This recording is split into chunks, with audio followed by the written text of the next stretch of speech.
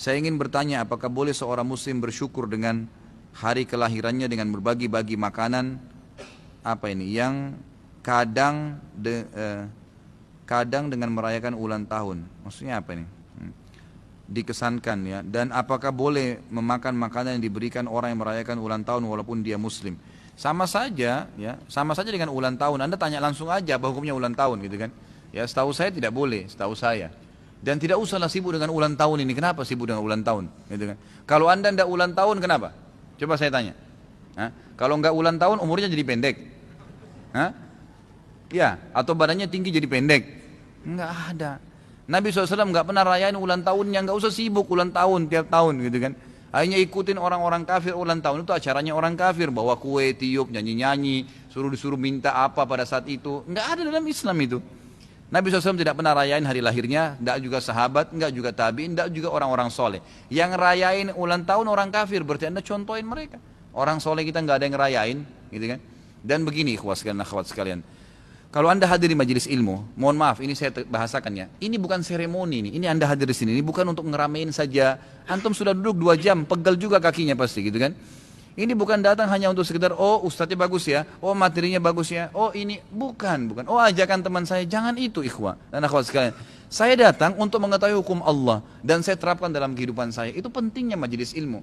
Kalau antum hadir di majelis ilmu, ada orang 10 tahun majelis ilmu, majelis taklim tiap hari, tiap minggu mungkin, tapi tidak berubah-berubah, nggak ada manfaat ilmu itu buat dia. Apa manfaatnya? Ikhwah sekalian, masalah ulang tahun memang tidak pernah ada perintah dari Nabi SAW. Tidak pernah contoh dari para sahabat. Yang ada dari orang-orang kafir, kita tahu kan ulang tahun dari orang kafir. Sampai sering memang bahasa Inggris. Ya. Happy birthday memang begitu. Memang dalam bahasa Inggris. Nggak ada dalam bahasa Arab tuh. Gitu kan. Memang dalam bahasa Inggris nanti diterjemahkan. Nyanyi-nyanyinya pun sama. Tiup lilinnya juga sama. Tasyabuh. Apa kata Nabi SAW? Man tasyabah biqaumin fahuwa minhum.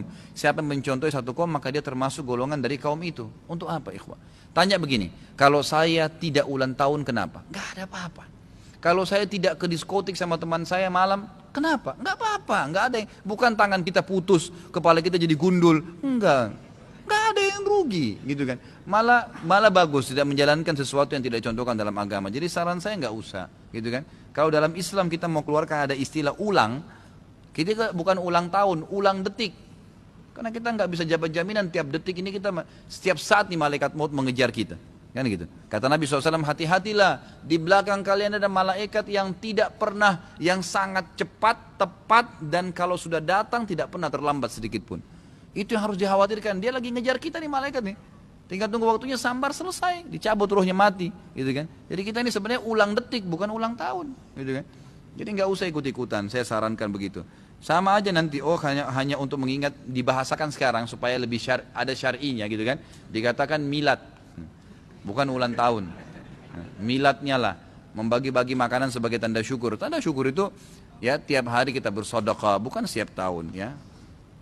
Ustaz, kalau kita lupa akan dosa yang telah kita lakukan, saking banyaknya dosa yang telah kita lakukan, bagaimana kita bertobat Ustaz? Apakah bisa memohon ampun atas segala dosa dan keseluruhan? Bisa, keseluruhan semua. Mohon maaf ya, sabar dikit, saya selesaikan dulu ini. Jadi boleh saja, 1 kali taubat untuk minta semuanya boleh, nggak ada masalah. Apakah isi kitab-kitab terdahulu sudah terdapat dalam Al-Quran saat ini? Ada yang terdapat, ada yang tidak.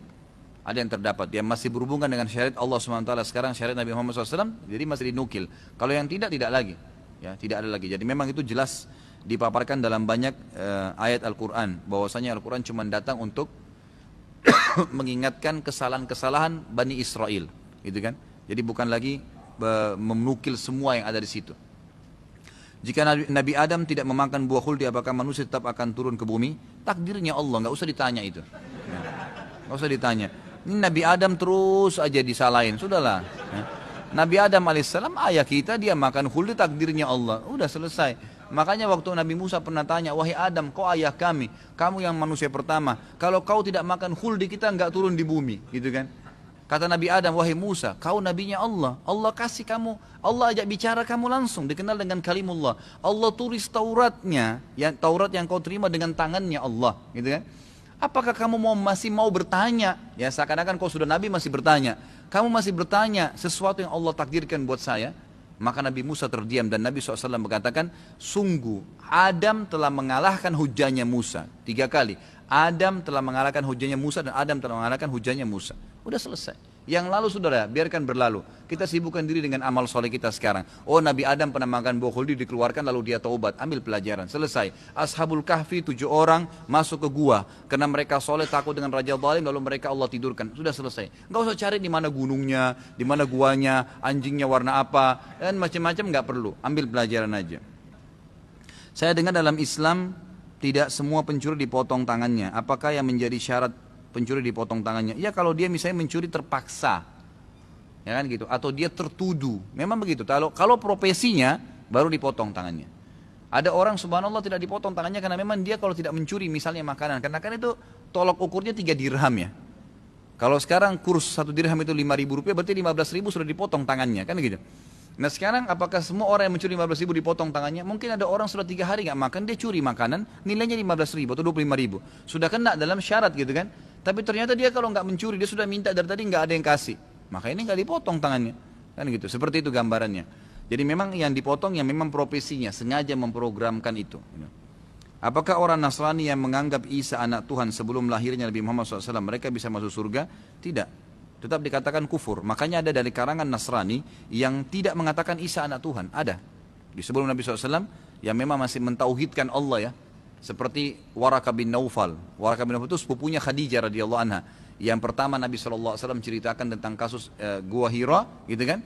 Maka dia yang mengatakan, wahai Muhammad, kau akan diutus menjadi seorang Nabi. Dan kalau kau nanti diutus sementara saya masih hidup, saya akan menjadi penolongmu pada saat kau dikeluarkan dari Mekah. Maka kata ahli sejarah, dalam 6 bulan wahyu terputus waktu itu, terputus wahyu. Maka Waraka bin Naufal mati, meninggal waktu itu. Kata Nabi SAW, Allah perlihatkan kepada saya Waraka bin Naufal di surga menggunakan baju-bajunya. Artinya baju-baju surga sudah dikenakan, Allah berikan sebelum masuk ke dalam surga. Karena dia bertauhid kepada Allah. Dia tidak mengatakan Isa itu anak Tuhan, gitu kan? Perintah jihad itu ada di agama Islam saja atau di agama lain? Ada di semua agama. Kita tahu kisah Dzulkarnain, gitu kan? Kisah Nabi Isa. Di akhir surah Shaf kan, waktu Nabi Isa mau berjihad, Nabi Isa mengatakan siapa yang menjadi hawari, siapa yang menjadi penolong-penolong agamanya Allah, siapa yang akan menjadi penolong agama Allah, berkata hawariyun, pengikut Nabi Isa yang setia, sahabatnya, kami akan menjadi penolong agama Allah. Gitu kan, mereka berperang, ada jihad. Dari 25 Nabi dan Rasul yang kita kenal, berapa sajakah di antara mereka Nabi dan yang Rasul yang dari mulai Adam sampai Muhammad SAW. Jadi memang yang wajib kita imani 25 Nabi dan Rasul. Yang dari 25 lagi itu pun, yang menjadi Rasul itu kalau tidak salah sekitar 17 atau 18, sisanya Nabi. Tapi semua Rasul pasti Nabi, tidak semua Nabi itu Rasul, gitu kan? Karena semua Nabi itu, Nabi itu adalah seseorang yang Allah utus hanya mengingatkan kaumnya apa yang disampaikan oleh Nabi dan Rasul sebelumnya. Tapi kalau Rasul membawa syariat baru, menghapus syariat sebelumnya, gitu kan? Adanya kasus Musa dan Harun, Musa Rasul, dari pasti Nabi juga, Harun Nabi saja. Ya di sini jadi dia hanya mengingatkan kaum yang disampaikan oleh Musa sebelumnya. Apakah amalan yang menyelamatkan kita dari siksa kubur? Perbanyak amal soleh, taubat, jauhi kemaksiatan. Mengapa orang-orang non-muslim menganggap Al-Quran itu adalah dongeng-dongeng umat terdahulu? Ya itu upaya mereka untuk menolak agama. Upaya mereka untuk menolak agama, tapi kita tidak boleh ikutin itu. Ya, Allahu alam. Mungkin sampai sini dulu. Kalau kita mau ikutin sampai jam 12 nggak selesai, ya. Karena ada saja pas lagi saya jelasin terlintas lagi pertanyaan, ditulis lagi kertasnya gitu. Jadi insya Allah kita baca pertemuan akan datang. Kalau benar dari Allah, kalau ada salah dari saya mohon dimaafkan. Subhanakallahumma bihamdika asyhadu an la ilaha illa anta astaghfiruka wa atubu ilaik. Wassalamualaikum warahmatullahi wabarakatuh.